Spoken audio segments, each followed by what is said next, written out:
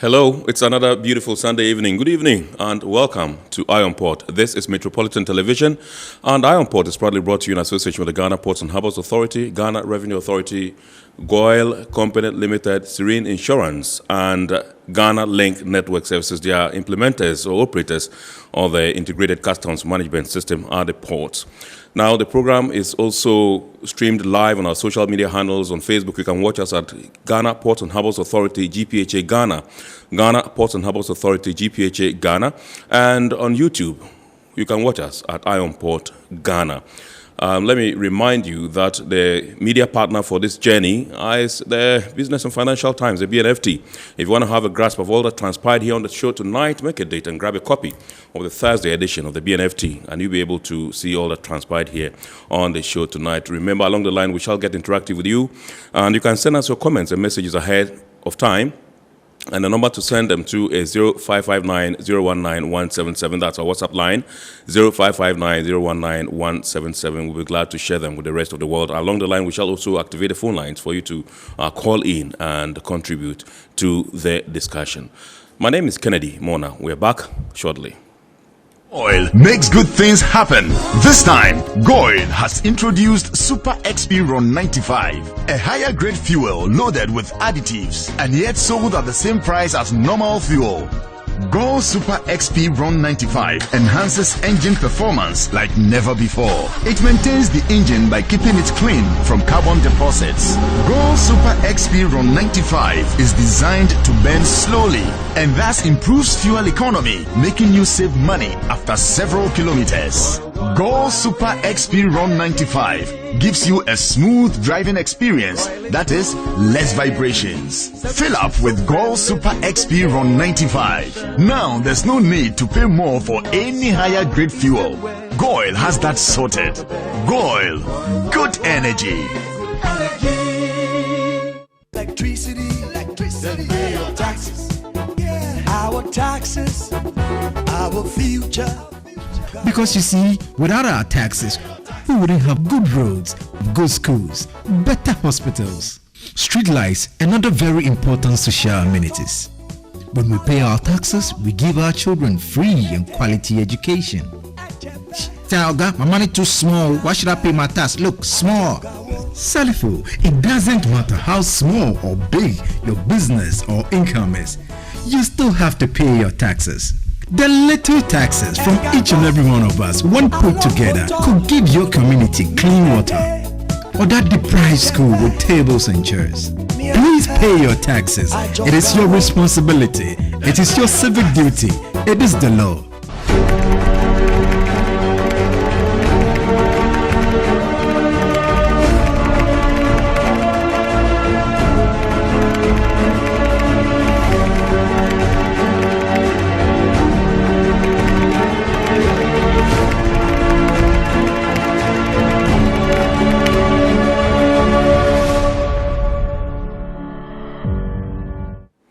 All right, so you're welcome back. It's now time for us to check out the Goyle TV market. And the Goyle TV market for this week comes to you from the Southla service station.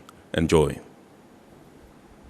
Goyle in the service of the day. I'm happy today seeing the number of vehicles who come to this station to buy. It shows that Ghanaians understand us. There are two types of stations in this country. Or let me say three types. Goyle, the biggest, some other big ones which are foreign, and then the rest. If we pay them, Goyle is the best. We are Ghanaian.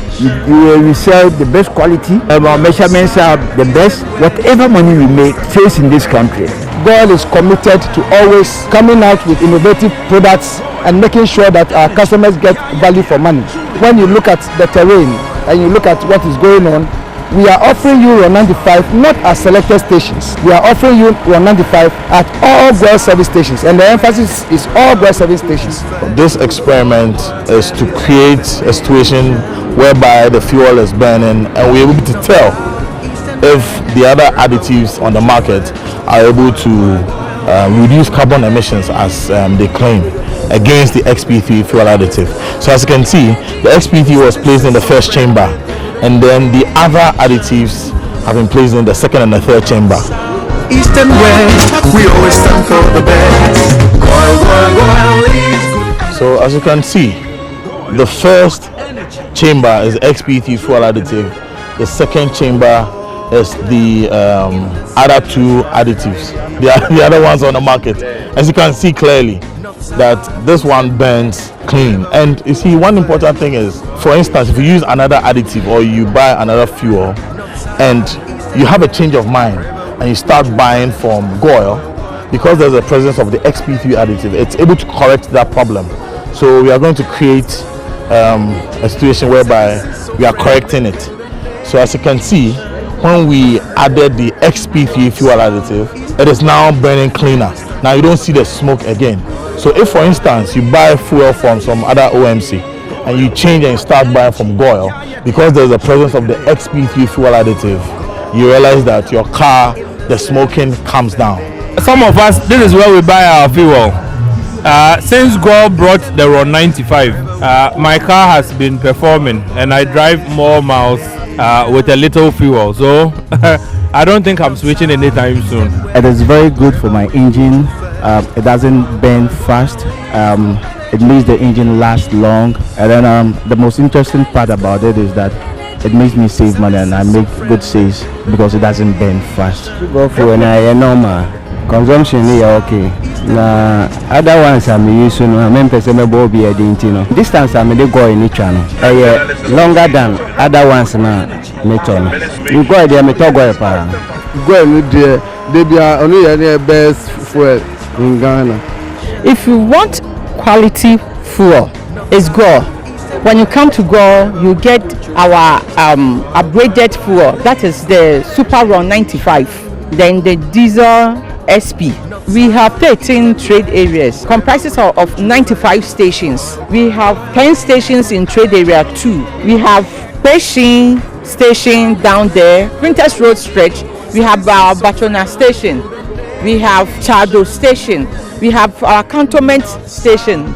And we have Grammar Camp, we have Liberation. And we have our Coca-Cola roundabout. We're here at Goyle, especially at the South La filling station or any filling station in Goyle. You can get various grades of lubricants for your car needs. We have lubricants for all types of vehicles, be it a truck, be it a saloon car, be it trotro, be it a taxi, be it any kind of vehicle we have. We have an oil to meet your needs. I have traveled a bit, and the standards that Goyle uphold could meet any standard anywhere in the world, and that makes us confident that we should keep buying from them. Me should carry me to Goyle 2-3 years. I'm an engine. I will urge all my college drivers, especially the taxi drivers, if they want to make good sales like I do, they should patronize the Super XP RON 95. It's good for the engine as well. We are selling this RON 95, which is a bit expensive at the market. We are selling to you at the same price. Others are selling it higher. Goyle is here to stay. Goyle is here for the best interest of all motor riders and all commercial vehicles, all private vehicles. I know that you cherish your vehicles. We are giving you the best quality fuel. Goyle, you are the pa.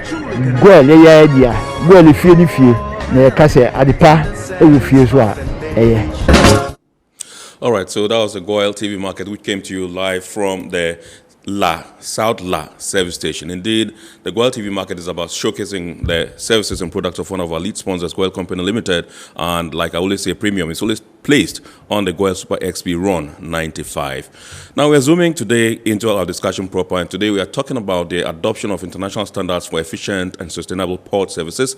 What does it mean if a company says it is ISO certified? Now, the ISO certification has become a trump card on whose back many companies market themselves. What is it? Why is everybody trying to, get ISO certification? Why are people trying to, migrate and do things, to align with international standards? That's the story of GPHA so far. And so tonight we have assembled a team from the ISO unit of the Ghana Ports and Harbours Authority, and we're going to be doing justice to the topic. And so whatever questions there are that bothers your mind, remember you can send the questions ahead via WhatsApp line, which is 0559-019-177, 0559-019-177, and then we'll be glad to share it with the rest of the lot. Let me introduce to you Mr. Gavin Amavi, Mr. Gavin Amavi is the General Manager in charge of operations at the Port of Tema. He's also the ISO Coordinator for the Ghana Ports and Harbours Authority. And we also have Madame Frances Jemima Anabiatia, who is a Principal Corporate Planning Officer at the Ghana Ports and Harbours Authority. And of course, she's also with the ISO team at the Ghana Ports and Harbours Authority. Good evening, lady and gentlemen, and welcome to Iron Port. Good evening. Good evening. So let me begin with you, Mr. Amavi, and find out why, what is ISO first of all, and why did GPHA decide to, pursue such high standards? Yeah, when we talk about ISO, the abbreviation ISO means International Standards for International Organization standing for certification, which deals with standards. Now, we look at international standards, and then you would see that these standards are measures that people try to ascribe to. Why? Because it leads us to become more perfect, more proficient, and we also look at our performances in the system. So we have various standards that we ascribe to or certify to under this body. This body comprises about 165 organizations in various countries, and this has a number of standards like quality standards. We talk about occupational health and safety. We're talking about environmental standards. There are other standards like information security, and there are other standards which also deals with security operations as well. We have diverse of them, and then we go systematically to certify ourselves in that. These standards, we go at them voluntarily. It is not mandatory, and it tells about what you are doing and the way you do it per international standards. Okay, so let me come to you and find out. I know the GPHA has adopted what it calls the Integrated Management System, and that's what we're currently operating. Can you enlighten us about it? Yes. Good evening to your lovely listeners, and then thank you for hosting us here. As Mr. Amavi indicated, ISO has various standards in place, but GPHA went in for quality management system, which focuses on customer satisfaction. That is ISO 9000. And then we also added the 14,000, which talks about environmental management system and then its sustainability. We also went in for the 45,000, which is about occupational health and safety of our staff and then our clients as well. Now, initially, we didn't start with all this. We started with the 2008 version of ISO 9001. Right. And I think GPHA decided to go in for this because about 90% of our clients are based out there. When I say out there, I mean in the developed world, and they've tested what the benefits of these standards come with. They intend to have that same feel when they come to deal with Ghana Ports and Harbours Authority. We also realized that we needed to be compliant to both local and international standards or regulations and laws, especially when it comes to occupational health and safety and environmental sustainability. We also needed to operate efficiently, especially when it comes to cost saving. We realized that what the Japanese term as muda, when you have a value chain and then you streamline your operation, you realize there were so many waste of waiting, waste of repetition. So we needed to also align ourselves to something that would do away with all these waste and therefore reduce our cost of production and then ultimately for us to become efficient. And then we thought that we needed to also remain competitive. Right. Especially looking at the fact that most of the ports within the West African sub-region were also pursuing same. If I think some had already gotten to the point of even being certified. So we needed to also wake up and then also be active in the market when it comes to subjecting our system to such scrutiny. Yes. All right, so let me still stay with you and All right. find out what processes went into GPHA being certified by the ISO. All right, so I would like to say good evening to Mr. Richard Anamu. That's his brainchild. Okay. In 2010. The former Director General Yes, of the GPHA. former Director General. Okay. Actually, when he was the Director of Port, that he brought up this concept. So he initially set up a committee, a team, and christened it Strategic Support Unit. Now, this team had to familiarize themselves with the standards. Then later documented the existing procedures of the authority. We further on had a gap audit. SGS supported us with that activity. A consultant was purchased to help us with the entire process. Now, the gaps that were identified in the gap audit were given responsibilities, timelines, resources were allocated, and then we were able to close all those gaps. We had trainings, series of trainings, sensitization within the organization and then amongst our interested parties. And then through to the process, we had internal audits. After implementing our procedures, we needed to test to see whether the system was working. Variances were identified. We needed to work to close all these variances, which we did. And then we subjected ourselves to our certification by the SGS.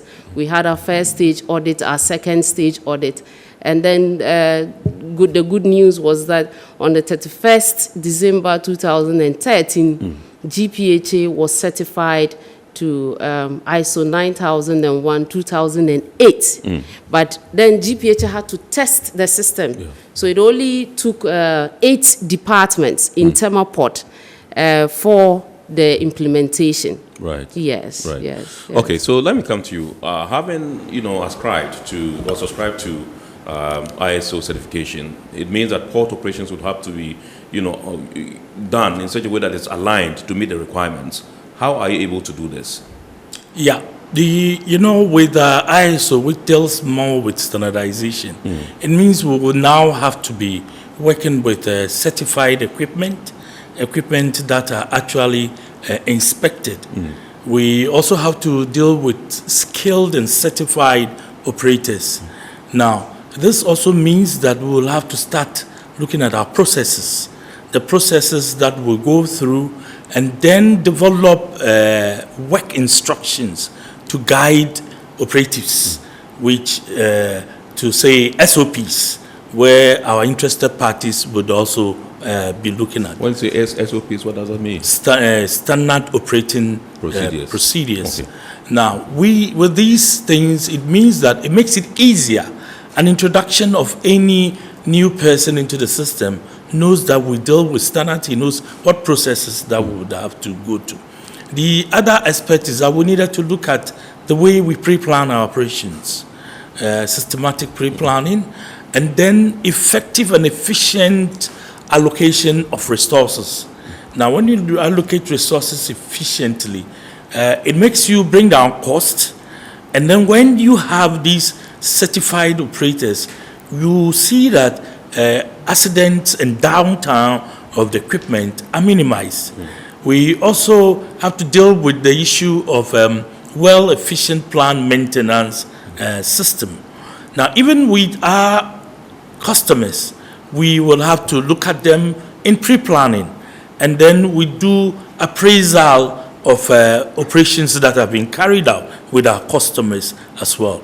Whilst we're carrying out our operations, in order to look at performance, to see that we are not going off target, we try to set targets and make sure we monitor hourly, we look at daily, and look at weekly, monthly, and yearly. That is to say that we want to still be on track. Our customers are served with smiles. Our customers are served with exactly what they require. Now, at this moment, we need to let them know that we are always there for them and the targets are being met. This makes the port becomes less expensive. The authority operates such a way that outsiders, customers will be invited based on our performance. All right. So let me still stay with you, Mr. Amavi, and find out how this one is helping in corporate reputation. I mean, we are implementing ISO standards at the Ghana Ports and Harbours Authority. Does it help in any way in terms of our reputation as a corporate institution? Yes, it does. And so many organizations can attest to that because most of them have started coming to us to try and replicate what we are doing. They also try and look at situations where they could sustain whatever they have started. Now, with this situation, you realize that corporate Ghana gains a lot because the way we do standard items follow procedures, follow standards, it will attract investors into the system. And attracting investors means that you are opening up the economy. And when the economy is opening up, there's much more growth in the economy. Now, people become very fussy. They become more confident that they would have to use our services because they know we do things based on international standards. Okay. So I'll come to you, Madam Frances, and find out whether GPHA has conducted an impact analysis on our ISO compliance. Right. Thank you for the question. Yes, we have. It's about 60% completed. We want to provide an in-depth impact analysis of the ISO system from the time of its inception till date. However, in the meantime, we have other systems we use in testing the impact of ISO to GPHA. Right. One of such is our internal audit, which is performed once every year. Right. We have our external Indeed, you just audit. finished this We year. just finished, yes. You were there at the closing and opening meeting, absolutely. yes. Yes, that was on Friday. Okay, one of such, another is also the external audit, which is mostly slated for November every year, and is conducted by our certification body, SGS Ghana. And then we also have our monthly walkthroughs. This is conducted by the various FQMs, the functional quality managers. These are representatives of the ISO system at the departmental level. Okay. And then they do it with the heads of department. We also have focal teams in both ports. And so the quarterly walkthroughs are performed by the focal teams, and then the main coordination team at headquarters join them when the need arises. And then we have other monitoring activities we do randomly. We call it the door-to-door visit, where we come to visit you in the department, the HODs, we discuss with them, we ask them of challenges, we try to test how the system is working in the department. So, and then findings of all these forms of inspection is documented in an in-house document called the Master Corrective Action Request. Now, it's like a dashboard where we have all the findings and then projects that come along with the findings. We have a responsibility, a responsible person or a department. We have the beginning, the ending of that, and then resources, remarks, and then that will take into consideration the challenges that would come up during the implementation or resolution of such gaps. Now, by the look at this dashboard, you're able to quickly identify all the changes ISO has brought to the authority. Right. By the look at it. And it's motivating. It's motivating. Issues that are overdue or outstanding, we still track them till date. And I'm so happy to say that there was an issue that was identified way back in 2014 in GJT. That's Golden Jubilee Terminal. Yes, Golden Jubilee Terminal. Just last month, last month, the GM operation, Mr. Gavin indicated to me that it has been resolved. And then there were other adjoining findings. And that shows how robust the system is. So something happened in 2014, you mentioned. Yes. And it was resolved when? We tracked it up to date. And this year, just last month, as she indicated, a contract has been awarded. It's all about lockers for our operatives, our dockers working at Golden Jubilee. And then we looked at the situation where the doors of Golden Jubilee were also not working effectively. The ventilation in the shed was not appreciable. So we tracked all these things last 2 years, and last year, these two things were cleared out of the system. And the lockers, fortunately, the contractor will be delivering very soon.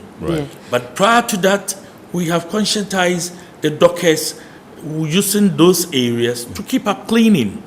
And they tidy up the place to the appreciable state that they can do now. But when the lockers come in, that is going to make it much more appreciable. There was something in place, but we thought, based on the basic, considering the welfare of our staff, we thought something better could have been done. And we really pursued it to the end. And that's how the system works. You might think that I haven't implemented this year and then it will be forgotten. The dashboard is there, and we always have to go back and then trace them, and then you have to close it. Yes. Right. Let's still shed more light on the internal audit that was conducted recently. It's a yearly thing that you do, yes, you it said. Is a yearly and thing. I want to find out from you what it is in the life of a typical audit team that is conducting its duty on a particular day. For instance, myself and the team were in the office, and then they knocked, they came in, and then they began their work. Can you walk us through what they look out for when they go for these audits? All right. You said the life of a typical audit team. It's not easy. You could have your best friend turn his or her back on you during that time. Absolutely. Just because it's time for you to come and review the person's system. Right. But when the situation demands, you need to wear a different cap. And so we have a criteria. In every auditing, you would have a criteria where you audit against. So in this case, they were looking at what the standards we have implemented, what the requirement says, against what we have. And so when they come, in the audit plan, we state the things they'll be looking at. So there's a first portion that has to do with the documentation. Right. So every standard, or each of the standards we have implemented, has certain key requirements you have to look out for. And so they look at those documentation to ensure that you have them. They have been updated if there's any change. And if they have been updated, they have been duly approved, making it usable. Right. Now, when they are done with that, they would now go to the field. Maybe they'll have some records in form of receipts or reports generating from you implementing those systems. Now, they use these records and then reports and then other documents that come out of the implementation of these procedures to now test on the field. So they go for walkthroughs, they look at the general housekeeping of your environment, they look at the furniture, they look at how conducive an office is, whether you've provided staff with the basic social amenities. They also try to follow a procedure to see whether whatever you say you are doing, as in you've documented, you are actually doing it and is yielding the results. So sometimes they ask for incidents, whether there have been any incident when it comes to implementing. So they take it, they track it to see to it that it has been ended appropriately. Yes. Okay. All right. So let me come to you, Mr. Amavi, and find out how the implementation of ISO standards in the ports would benefit the ordinary importer or exporter or port users, so to speak. Okay. In the first place, it gives the opportunity for the importer or our clients, the exporter, to actually ask for what services he wants. Because we avail ourselves for criticisms as far as our job is concerned. Now, hitherto, GPHA could easily run away from the fact that there's an issue and then they will probably swindle the customer. Now we are bold enough to tell the customer, yes, we are at fault, and then we shoulder it. Now, the customer also has the opportunity to appraise us as and when we work. Now, the customer also makes sure by the fact that we have automated our systems, that customer can even sit in his comfort of his home office and try to transact business with us. You know, initially everything was done manually. Now, we have made our staff such that they become a bit more friendly because they know they are measured by the customer. Now, even the ISO audit would even look out for the way customers are being handled. So the issue also with the fact that when we are servicing them, they have that reliability that we can give them quality service. They have that reliability that we can always handle their cargo, handle their goods professionally without damaging them anyhow. Because if they know if we damage them, we'll have to pay for certain claims and other things. They have become much more confident now. They are able to tell us and bring in new ideas as to how we will do our work. And we accept that for a fact, so that we can be more innovative in our industry. Right. All right. So this is Metro Television, and the program is Iron Port. And indeed, we are discussing the adoption of international standards for efficient and sustainable port operations. And I'm speaking to Mr. Gavin Amavi, who is the general manager in charge of port operations at the port of Tema. He's also the ISO coordinator for the Ghana Ports and Harbours Authority. And Madame Frances Jemima Anabiatia, yes, who is Principal Corporate Planning Officer also at the Ghana Ports and Harbours Authority, and also with the ISO team. Like I said, you can send us your messages so that we can read to the rest of the world, and the number is 0559-019-177. We'll be ready to share with the rest of the world. Well, going for a short break. We'll be back shortly.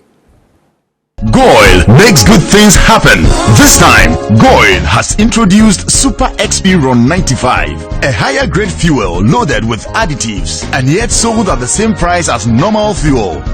GOIL Super XP Ron 95 enhances engine performance like never before. It maintains the engine by keeping it clean from carbon deposits. GOIL Super XP Ron 95 is designed to burn slowly and thus improves fuel economy, making you save money after several kilometers.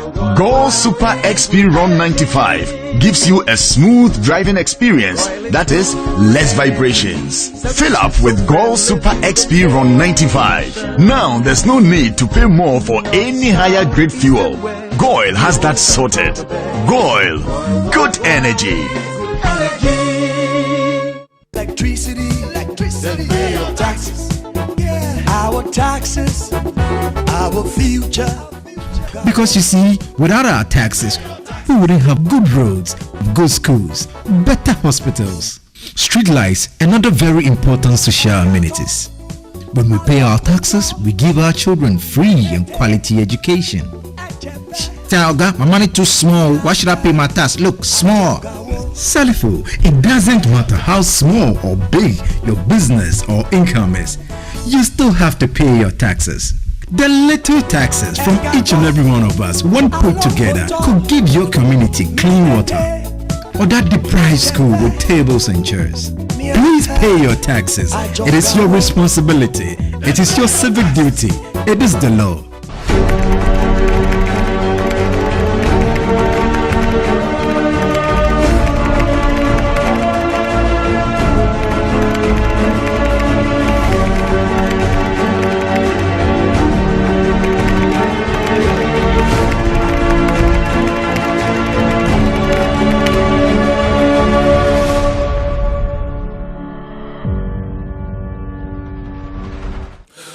right, so you're welcome back. This is Iron Port here on Metropolitan Television, and we go straight into the discussion once more. And I'll start with you, Madame Frances. And we mentioned the internal audit thing, and after the process, and I know marks are awarded to the various departments of the various units, and what happens after the audit? Okay, so when a typical audit team finishes with a department, they sit with the management of that department to discuss the findings.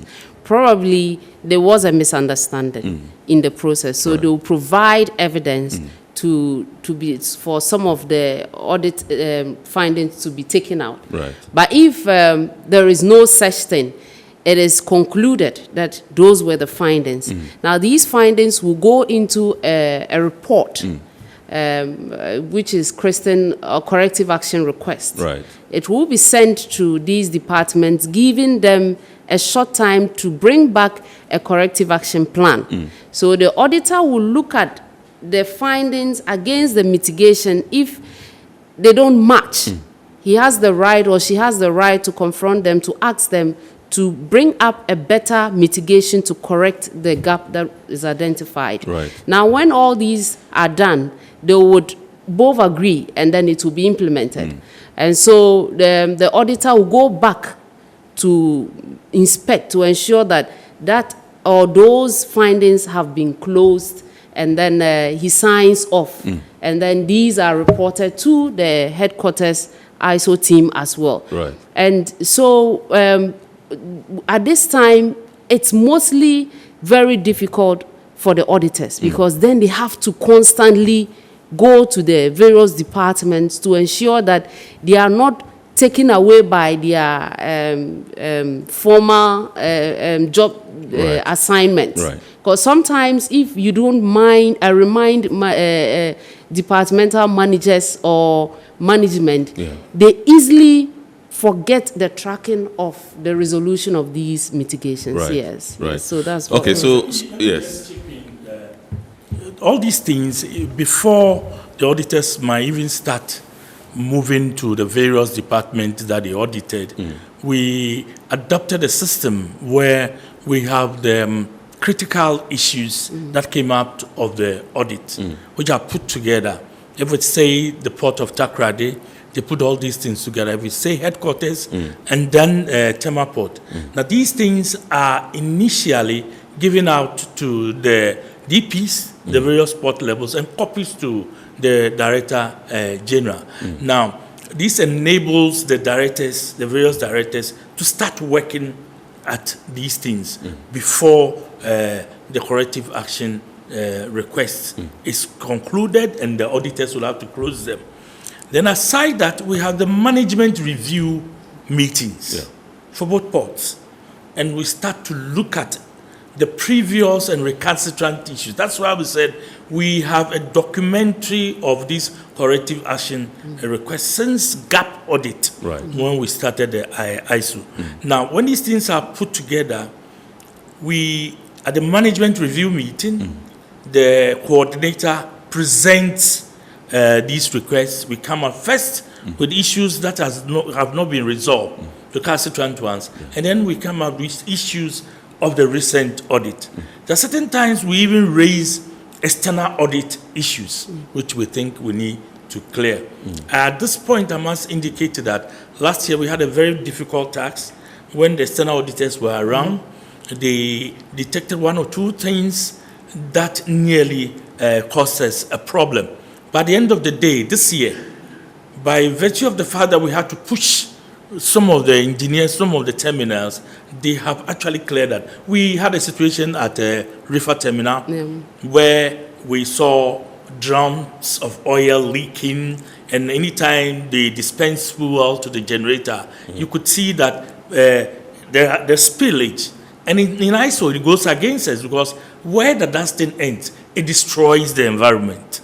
Because it destroys the environment, we need to keep the place well. That's why we need to have ban walls by some of our equipment, like generators and other things. This year, I must say, that before the external auditors will come, we have actually even paved the place. Right. We thought we were going to replace the chippings, and I give commendation to the civil engineer of Tema Port, and then the push that the river terminal also gave, and that. So these are processes that we go through.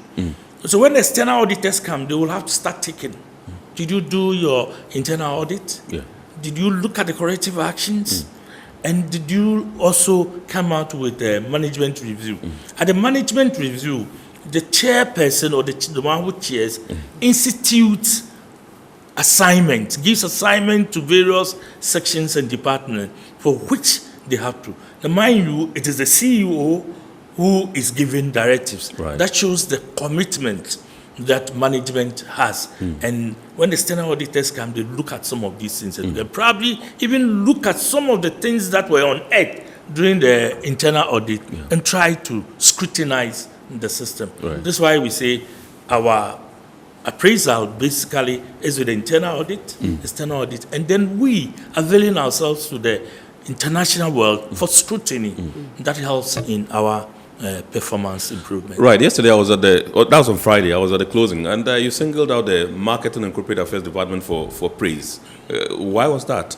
Yeah, we realized that consistently, both the internal and external audit, they have been well organized, both at corporate level, at the Tema Port level. So what we're going to do this time is for them to let people know what they have been doing good that they can copy. Right.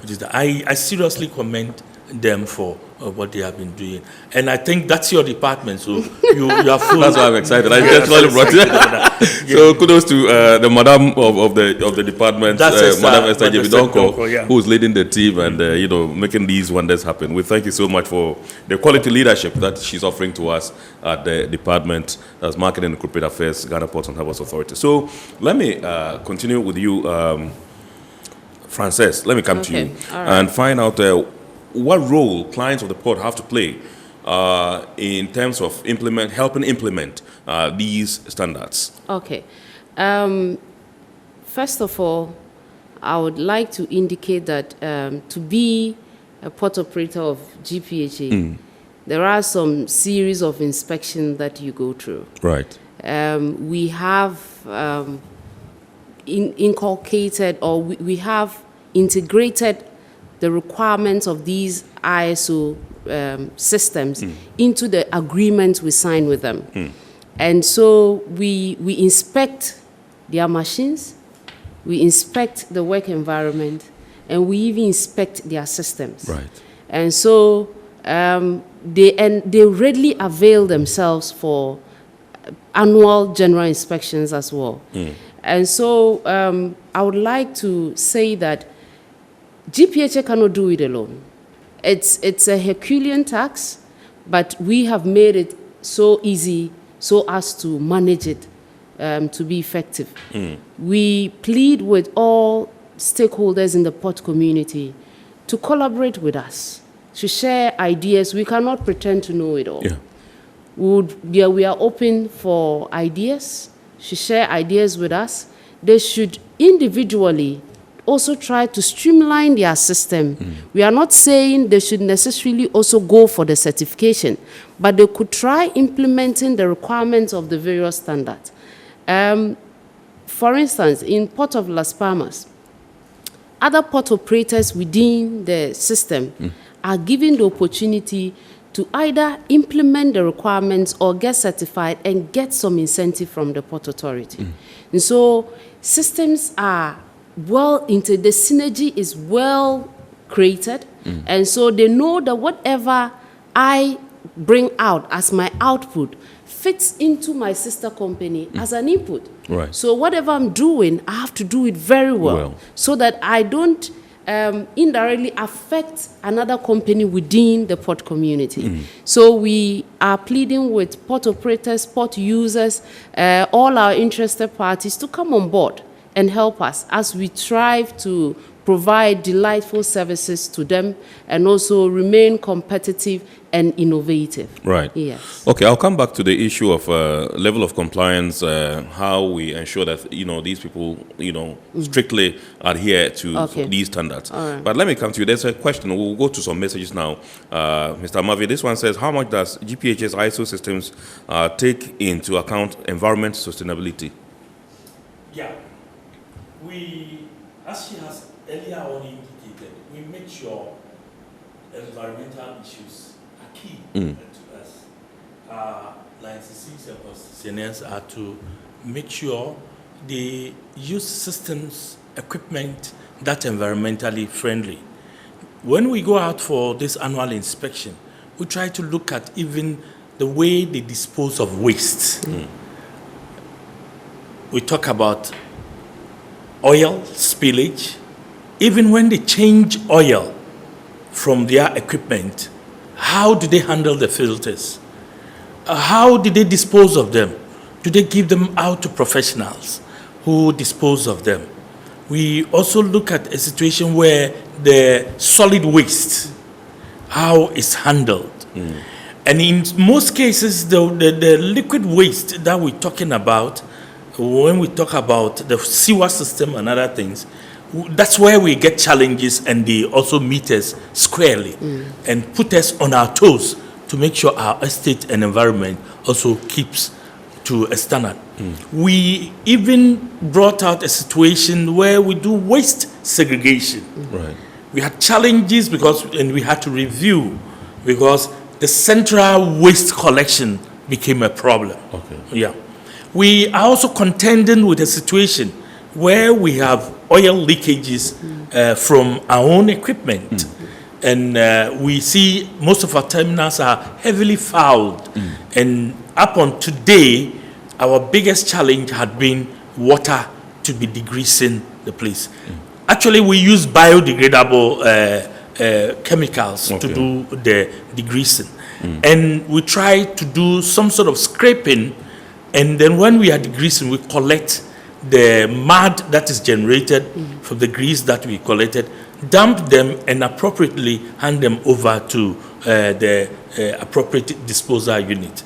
Now, because of the situation that we have with water almost every weekend, we immediately brought up an innovation that we have drilled boreholes at Jubilee, particularly, and sent to the refi area to drill boreholes. Now we've gotten to the stage where we are mechanizing the boreholes. Right. And I believe by next week, we will be depending on water from our own boreholes. The question or the excuse as to our cleaners saying there's no water will gradually be a thing of the past.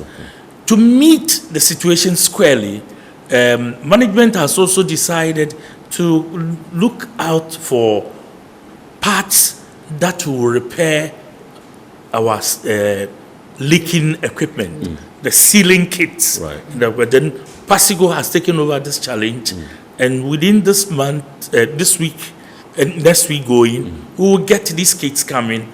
Already we started repairing some of them, and so by the time we get borehole water, we are degreasing frequently. Our kits are also in that we are repairing equipment for degreasing. We've also been at Gassen and Costco. The other areas are also Dangote, and who emit dust pollution. Right. Now, we've tried to make them come up with eco-friendly hoppers. Right. Those who do not have the precise eco-friendly hoppers have gotten dust suppression systems with their hoppers, which is reducing the dust coming out of them. Even though we are not perfect yet, we have encouraged, and I can see that even Super Maritime, they started mounting a very good hopper with very good dust suppression system.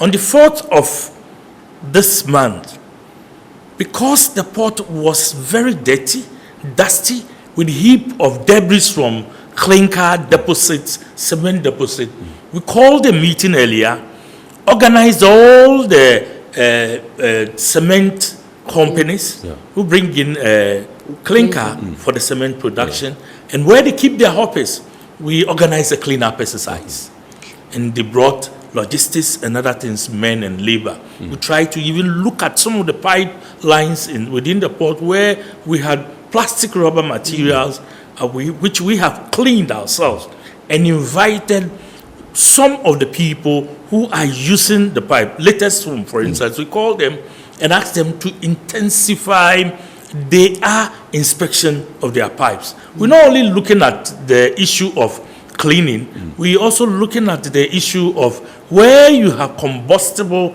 materials around your pipe. The heat alone could be disastrous and would generate something. And they agreed that yes, they've not been coming early, they used to be coming quarterly, now they're going to do it weekly, so that it will help us. These are efforts that we are putting in, and then we keep monitoring our vessels within a water basin for oil spills.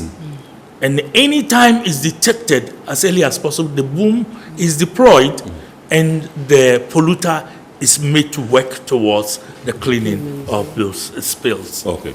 All right, this one says, hello there to Mr. Gavin. Okay. I'm a quality-oriented computer science graduate with knowledge in integrated management systems, ISO 900-2015, ISO 45001, ISO 14001. Aside these, I also have certified knowledge in quality management and supervision skills, looking to help the Ghana Ports and Harbors Authority continuously improve to meet customer expectations and reduce costs. This one is from Peter Bote Opintan. Well, I think this is a job seeker that is presenting the CV to you through me. But before you go, he should know that he doesn't necessarily have to come into the system before he can help. We are always available. He can come to us with ideas. We'll look at some of the ideas, and that will be another learning process for him, practically, to see what goes on. Right. This one says, so has the port also certified private stevedoring operators? Because when GPH is stevedoring a vessel, it is different from private stevedoring. This one is from the Harbour Boy. The Harbour Boy has come up with something we have already looked at. Yes. We are now monitoring the private stevedores. One or two will tell you the last month and this month has not been easy with them. We pick hourly figures from them. Okay. We make sure they put on the right PPEs. Now, with some of us, when they see us around the quay, then people start running, going for their helmets and other things. And then any time they falter, performance-wise, we zoom in, give you equipment, and we charge you for it. That is for the image of the port. And any time you do not clean up, those cement companies, we ensure that they clean up to the top of the GASM, where GDLC is. You sweep until you finish your discharging of your consignment. And you are supposed to even make sure that your hoppers are also clean, and when you bring them, they do this. So we are matching them boot to boot. We've started, and there's room for improvement anyway. Okay. So this one says, this is from George in Takoradi. It says, are these ISO standards observed and monitored by GPH at the Takoradi terminal since the divine operation is under private, that's Takotel entity? Yes. The scope of GPHA ISO system covers Takoradi Port as well. And as I indicated, our port operators, port users, that includes the licensees, the concessionaires, they are part of the group we inspect every year. And we also do intermittent inspection. Now, for the first time this year, we issued them with a corrective action request. We have teams who visited them and ensured that they've closed some. We have noted the outstanding issues, and we intend to zoom in on them till the year ends, so that it makes it easier for us to go in for inspection. Mostly is done first quarter of every year. And so, yes, we still inspect them, because we have sublet some of our activities to them, and then the name of GPHA is indirectly tagged to them. And so whatever they do good, it is to project the name of GPHA and corporate Ghana. If they do bad, it's same. So we have to work tirelessly with them to ensure that their clients are happy, our clients are happy, our name is preserved, corporate Ghana's name is projected. Yes. Fantastic. All right. Okay, so this one says, my name is Skabani Aban. My question is, why are port taxes so expensive, especially on cars? It's sometimes almost the same as the price of the car. Why is it so? I think this one is a customs question. Exactly. Of course. Mr. Aban, we cannot help you here. When we have a customs man in the studio some other time, please, you can send this question. I think our clients need to appreciate that there are so many industry players within the value chain of our service delivery. And so most often we have clients putting it squarely at the doorstep of GPHA, issues that do not directly relate to us, especially for this tax duty and other stuff. You know, it is for customs, but customs is within our service delivery. From end to end, they are mostly, they say it's a customs spot. But our charges, when you go deep, are mostly very, very small. Absolutely. If you look at the charges out there in the total service delivery, our charges are very, very small. Minimal. That is because we need to indirectly impact positively on our importers and exporters. Yes, so we cannot begin to kill them. Okay.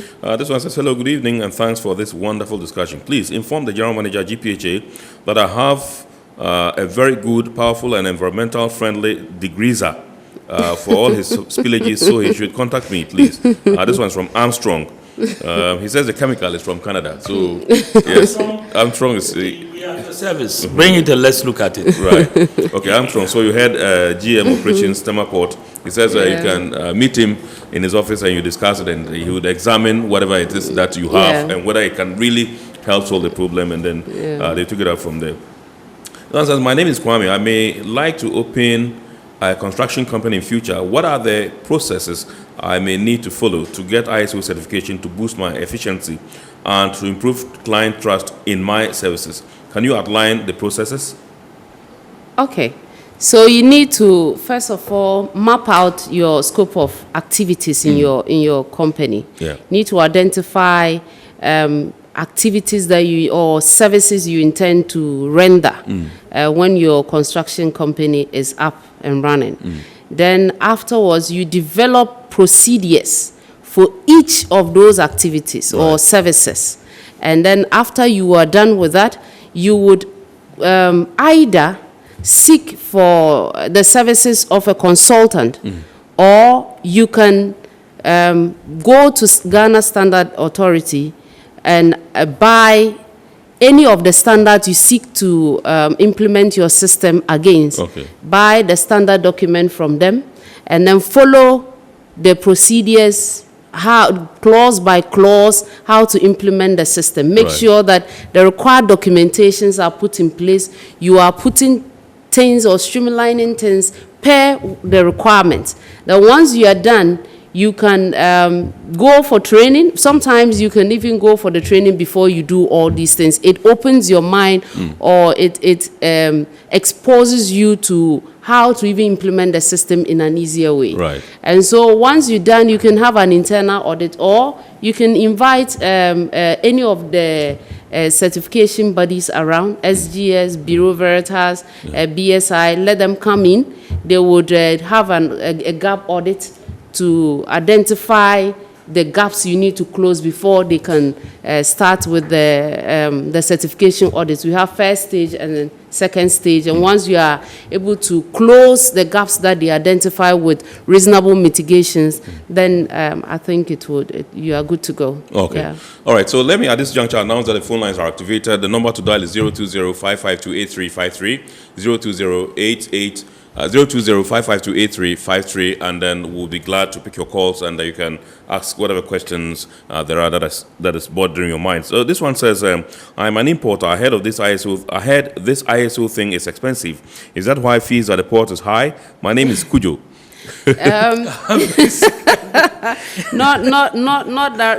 Not so. This is a cost to the company. It is the cost management has decided to budget for. Okay. Because of top management commitment, as the standards always seek for. Because if you don't plan for it, you cannot even implement it then to talk of sustain it. And so we are not waiting to take monies from clients in order to implement and sustain the system, but it is mostly budgeted for every year before we even start the year. So they do it for the ensuing year. Yes, so no please. Okay. I must say, to make it even easier for us, in view of this, we have a standing committee to complement the work of the ISO. Okay. A strong existing committee made up of key experts with the various sections. And we meet every 2 years. We develop and review policies in our system. So you could see that with every 2 years, we come up with new policies and review the policy that we have. We also pride ourselves with the fact that we have a number of certified NEBOSH ICG 1, 2, and 3 certified staff. Right. That shows some sort of seriousness we have in the system. Absolutely. And then we have a number of certified internal auditors across Takoradi and Tema. And headquarters. Okay. All right, this one says, kudos to GPHA, blazing the trail for our big institutions. Glad to hear all this. My name is Asantua from Takoradi. Thank you very much indeed, Asantua. This one says, how much do your tenants and private operators in the port compelled to follow through the standards? How much? I mean, that was what compliance. You I think you spoke yes. Yeah, so you can deal with that, yes. Madam Frances. So, as I earlier on indicated, port operators and then like licensees and concessionaires in the agreement, especially the licensees, has requirements of the ISO system embedded in it. And then we do monitoring and inspection to follow through and ensure that these requirements are met. We also have signages that demonstrate the do's and don'ts of the requirements. They are placed visibly within and outside the harbor area. And then we also have punitive actions coming with these signages, so that in case you violate it, our port security and our port fire safety make sure that they follow through to the end and you pay for it. We also subject ourselves to audits both internally and externally. We also do intermittent monitoring to ensure that we are following through. And in all this, our interested parties, that includes the port operators, are involved. Even with the recent and they just ended internal audit, they were informed that they needed to keep their place well. They need, because during... All right, let me cut you. Sorry, that's a rude one, but that's okay. we'll have to go onto the phone lines and speak to Adams from Kumasi. When we come, you continue. Hello, good evening, Adams. That's okay. Hello, good evening. Yes, sir. Please, Flo. Please, I have a question for operational manager, Mr. Gavi. Hello.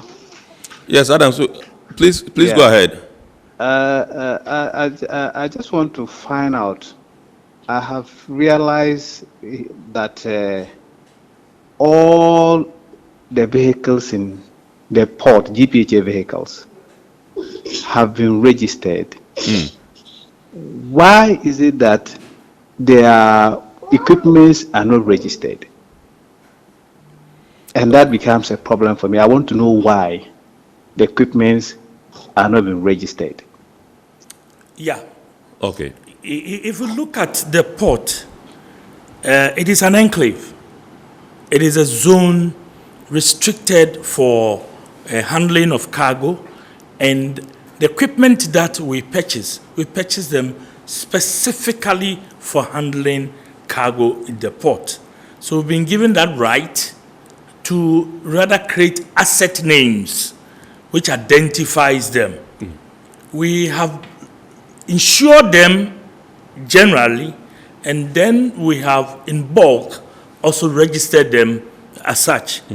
Now, you do not see the number plate, DVLA number plate or whatever it is. But anytime we have to move out of our jurisdiction, we go out with a logbook. Right. And we go out with trial numbers. So at the beginning of every year, we go in to take those numbers and use them in case we want to operate outside, particularly when we are dealing with salvaging issues, and when it becomes critical that somebody will have to come and take the equipment from the port and handle a situation. But all in all, our focus is on our core business. We don't want to have any divergent view so that we will not serve clients appropriately. So you would see that when you come to hire equipment, hiring within the port is lesser and cheaper than hiring outside. The minimum hiring period from within the port is 2 hours, but outside, whatever time that you use it, the minimum is 4 hours. Right. It's just to discourage our staff, our operatives, to be interested in working out of the confined areas where we need to serve and make sure cost of goods are at the barest minimum. Okay. All right, so let's go on to the phone lines and welcome Paul. Paul is calling us from Accra. Hello, Paul. Good evening, sir. Frank. Okay. Good evening, sir. Yes. Please go ahead. I love the program that you are doing. Thank you, and sir. It's very educative, and I would like to contribute. Thank you, sir. Please go ahead. Okay. My question is, a lot of people are interested, especially the young guys up and coming. For me, I've had a little experience working with the bauxite company at Takrade for 2 years as a system administrator. But now I'm an IT personnel, but I want to enter into merchandising, that is distributing goods to shipping lines who will be coming to our shores. So I want to know what is the procedure for going through to be able to register a company so that you can also do merchandising, and what are the processes that I have to go through. Thank you. Thank you very much indeed, Frank, for calling us from Accra. You want to attempt that? Yeah, it depends on which discipline you want to venture. Your IT background could also give you work within our industry. You could look at softwares that you have, especially when we are going more of automation.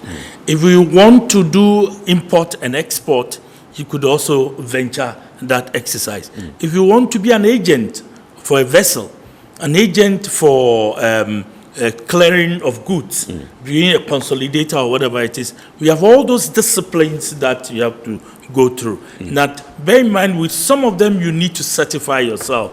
To be a clearing and forwarding agent, you need to get a custom house license, certificate that you need to work with.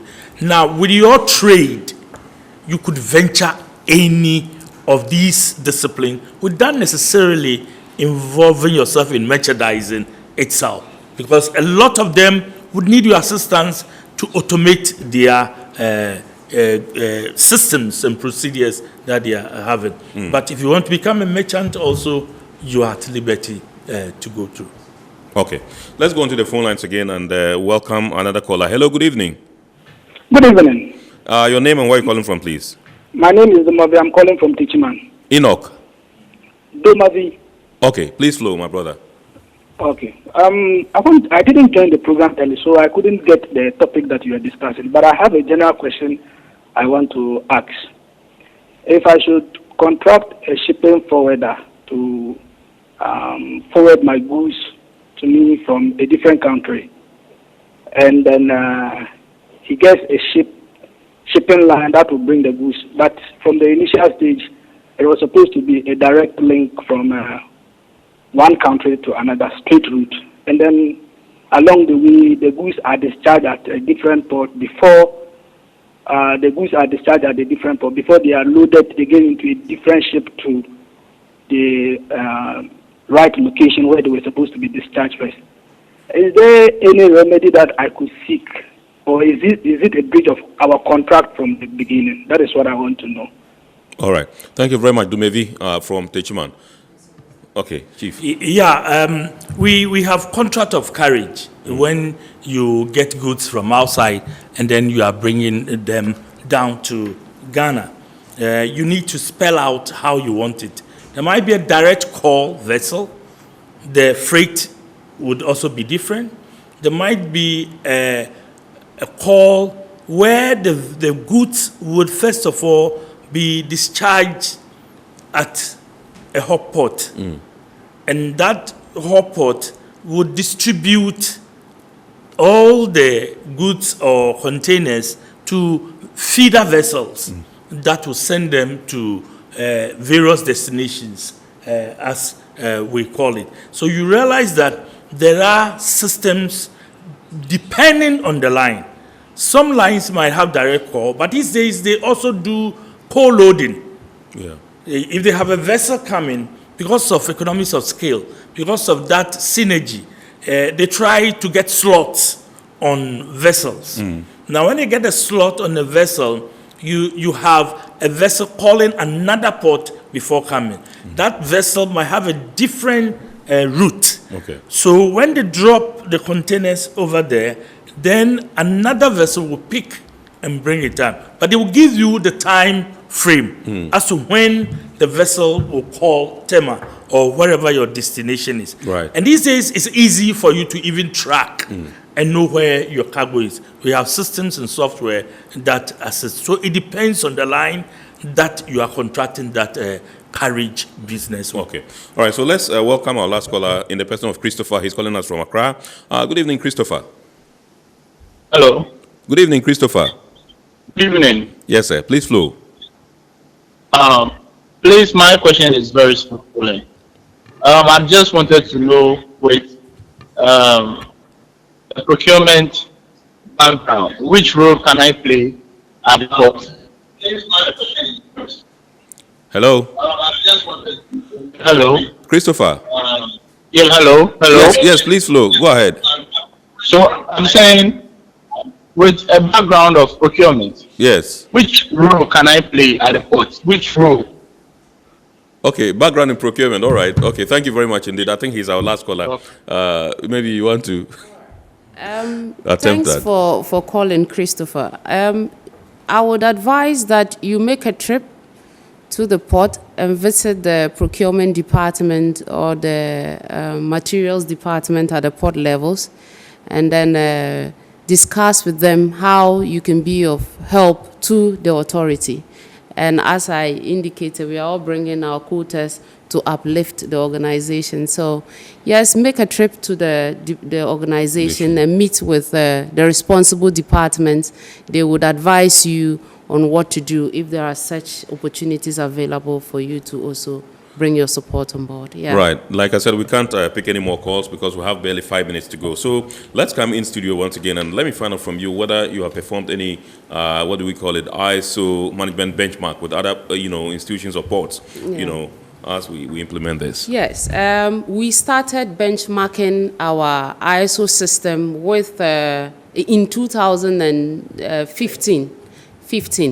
When we visited the port of Las Palmas, a team of functional quality managers, and then the core ISO team visited Las Palmas port, stayed with them for 1 week to learn how they run their system. We also visited the Transnet ports, 2 of the Transnet ports, that's Durban and then Cape Town. We also went to Massa Maroc in Morocco, all in 2015. Now in 2018, we're fortunate to visit Abidjan, Port of Abidjan, where we... All right, sorry, let me interrupt you again. Okay. My producer tells me we have 10 minutes, and so we can pick one more caller. Okay. And so we have Paul from Takrady. Hello, good evening, sir. Good evening, sir. Yes, please, Flo. Okay. Thank you for this opportunity. Yes, please go ahead. Yes. I want to ask Mr. Gavin something about the ISO in Takoradi Port. There is a road from New Takoradi to the Gasam area entering the port. And the way the road is paved well, but at the box site, they have their station around the place. And we can see half of the road is full of bauxite waste. I want to know if the ISO in the port covered that area as well. Thank you very much. All right, thank you very much indeed, Paul from Takoradi.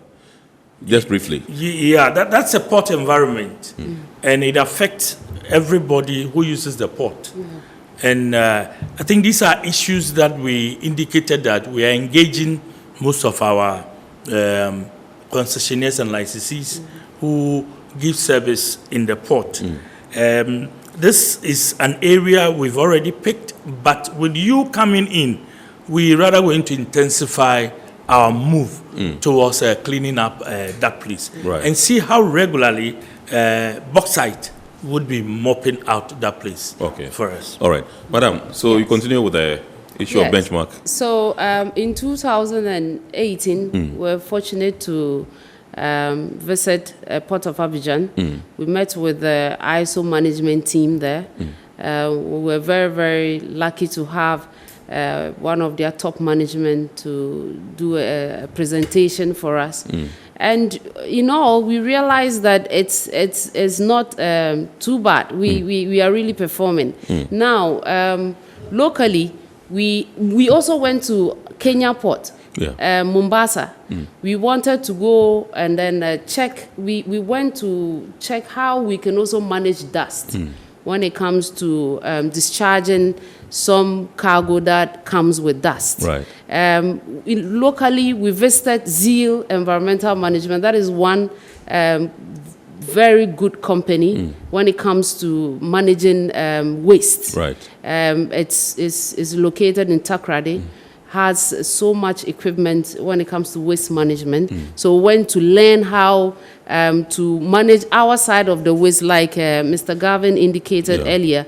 We're having challenges with our waste segregation. So we needed to visit a company that is doing it right. Right. And they're also ISO certified. So we went to learn one or two things there. But for the COVID, we had intents to visit the mines because we have a lot of dangerous cargoes, mostly used by the mines coming through the port. We needed to know how it is managed there, so that to give us idea how to manage them when they come into our area. Nestle Ghana was also a company we had in mind to visit, but the COVID slowed us down. We haven't given up. We have plans to visit so many local and international companies to see how they are managing their system, Right. so that we can also adopt same. Yes. All right, so let's take a look at, Now, in Kenya, we set out a situation where we will be developing an MOU. The MOU is almost done, and we are likely to sign it. That brings about serious collaboration, because if you look at where they are and where we are also, we need to meet ourselves and see how we can pick good practices and then enrich our systems as well. Right. In Ghana, for instance, we've had very big state-owned enterprises contact us for assistance on how to implement and even sustain theirs. And it's refreshing when they come back to tell us that we are really performing. It's a tap on the back. Absolutely. And it gives us fuel to keep pushing and knowing that at least somebody somewhere or an institution somewhere is trying to emulate us when it comes to good standards. And we are always available to help when there is the need to. Yes. All right. We can't leave out our parliamentarians as well. Right. We had an interaction with them. They looked at some of our systems, particularly the subcommittee, occupational health and safety. They commended it seriously. And then we hope and believe that they will come up with laws that will back ISO in the system as well. Right. Okay, so briefly, in 30 seconds each, let's find out what some of the challenges are as you embark on this journey to ensure strict compliance and adherence to the standards. Starting. To start with. Just briefly. Yeah, to start with, we have challenges with functional quality managers, those who keep the system running, even though the steering committee, HODs, they have to contend with ISO functions as well as managing the attacks within their various departments as well. All right. We still have pockets of staff and other managers who are not fully committed to the system. And we hope that with constant training, sensitization, they will come to power.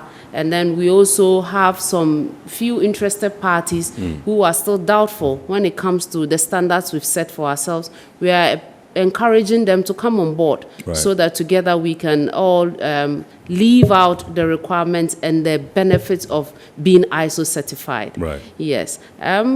We cannot say we are satisfied. We can't say that because the standards itself runs on plan, do, check and act and do again. Yeah. So it's cyclical. And so we know that there will be challenges as we go on, but we pray that all parties involved will come together to help us meet up with these challenges and resolve them as we move on. Okay. Yeah. So finally, at what stage would the ISO say, look, we are withdrawing this organization's certification? It is not possible unless we want to stop working as GPHA. Okay. It is a continual improvement practices, and it's something which will be on and on as long as we would want profitability and we want a high performance. At this juncture, we would like to commend most of our management staff with the staff entirely, particularly most of the CEOs that came after Richard Anamu, and then the way they have been very and highly committed to the way we do our work. Our training processes have been successful with SGS and JIK. And we'll not forget Professor Ayan, and then HS plus E Consulting and Innovari. Those are consultants also behind us, assisting us. Okay. All right. So let's take a final message. It says, I want to know how you identify the needs and expectations of GPHA interested parties and how do you address issues they bring up? Okay. So our marketing and our corporate and public affairs department has a register of all these our clients. They have interactions, stakeholder engagements with them. And so these information are taken from them. We have a register where we've outlined our key interested parties. Yeah. I'm saying key because the pot is very large. Yeah. And we have a lot of interested parties. So we take the key ones that can impact positively or negatively in our value chain. We track them, we identify their needs, their expectations, and then we work towards it. Now, the requirements, we have... Just in 30 seconds, because... Okay, yeah. So they meet us whenever there is a need for them to transact business with us. They do state their requirements with the marketing department, and then through that is fused into the whole process, and then it's taken resolved. care of. All right. Yes, Okay. yes. So that's how we draw the curtain on this week's edition of Iron Port here on Metropolitan Television. Remember, the program is brought to you by the Ghana Ports and Harbours Authority, Ghana Revenue Authority, Serene Insurance, Goyle Company Limited, and Ghana Link Network Services, operators of the ICOMS Integrated Customs Management System. Remember, the abridged version of the show is aired on Ghana Television every Wednesday at 8:30 p.m. My name is Kennedy Mona. Many thanks to Madame Frances Jemima Anabiatia, Principal Corporate Planning Officer at the Ghana Ports and Harbours Authority, and Mr. Gavin Amavi, General Manager Operations Port of Tema and Coordinator for ISO in Ghana Ports and Harbours Authority. Thank you very much, ladies and gentlemen, for coming. God willing, next week we'll bring you another edition of Iron Port.